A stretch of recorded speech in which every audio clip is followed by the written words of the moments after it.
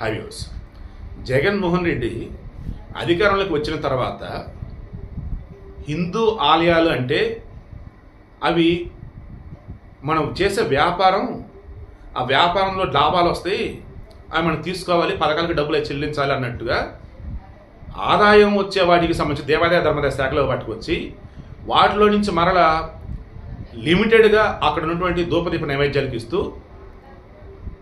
Even చేయాల్సినటువంటి పనులు కూడా చేయకుండా 5 సంవత్సరాల పాటు పూజారులను కానీ దేవుడి గుడి ఉన్నటువంటి గర్భగుడి ఉన్నటువంటి దేవుళ్ళని కానీ నానా రకాలకు ఇబ్బందులు పెట్టాడు ఈ మనిషి.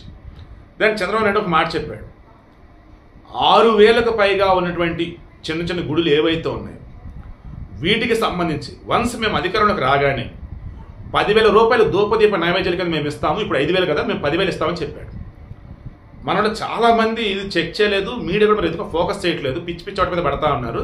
ఆ జగన్ వైసీపీలు ఏది పడితే వాగుతుంటే అదే హైలైట్ చేస్తున్నారు. జగన్ కూడా అదే కావాలి, కూటమి చేసే మంచి అనేది జనాల్లోకి వెళ్ళకూడదు, ఇంకా మనం ఏదో ఒక రోత పనులు చేద్దాం, రోత కోతలు కొద్దాం, వీటి గురించి అంతా మాట్లాడుకోవాలన్న వేళ వాళ్ళు అలాగే చేస్తున్నారు. బట్ ఈ గొప్ప విషయం కూడా చెప్పకపోతే నాకు భలే బాధేస్తుందని ముందు నేను చెప్తున్నాను. ధూపదీప నైవేద్యాల కింద గుడిలకి 10,000 రూపాయలు ఇవ్వాలని ఆల్రెడీ జీవో కూడా పాస్ అయిపోయిందట. సో ఆల్రెడీ ఈ మంత్ నుంచి ఇవ్వటం స్టార్ట్ చేస్తాం. అంటే అధికారానికి వచ్చిన 50 రోజుల లోపే హిందూ దేవాలయాలకు సంబంధించి ఇచ్చిన మాట ప్రకారం ధూపదీప నైవేద్యాలకు సంబంధించి 10,000 రూపాయలు ఇస్తూ ఉన్నారు. ఇక ఆదాయం వచ్చే దేవాలయాలు ఉన్నాయి చూశారు, వాటిని అభివృద్ధి చేస్తారు. తిరుమల తిరుపతి దేవస్థానానికి సంబంధించి నేను కావ్యాస్ మీడియాలో ఫ్రీలాన్సింగ్ వీడియోస్ ఇస్తాను కదా, సో వాళ్ళు ఎవ్రీ మంత్లో 7th ఆయన తిరుపతి వెళ్తూ ఉంటారు. ఆయన దాన్ని పాపం గతంలో బాధపడ్డారు, నాకు లడ్డూలో క్వాలిటీ ఏదండి, సరైన ఫెసిలిటీస్ కూడా లేవండి తిరుమలలో.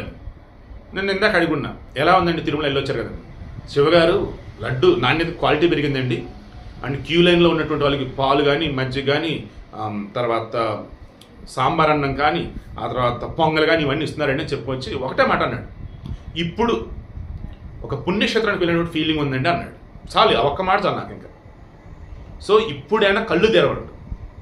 ఇంకా ఏ ఒక్క హిందువు అయినా సరే వైసీపీ రాజకీయ పార్టీ అనుకున్నా, జగన్ రాజకీయ నాయకుడు అనుకున్నా, మన వెళ్తే మనకన్నే పొడుచుకోవడం. నేను క్రైస్తవులు తక్కువ చేయట్లా, నేను జగన్ మాత్రమే అంటున్నా. ఏమని, అతను హిందూ ధర్మం పట్ల అతను చేసిన మీద అన్ని కూడా డ్రామాలు, యాక్టింగ్లు తప్ప ఓన్లీ వ్యాపారం కేంద్రాలుగా గుడులను చూశాడు.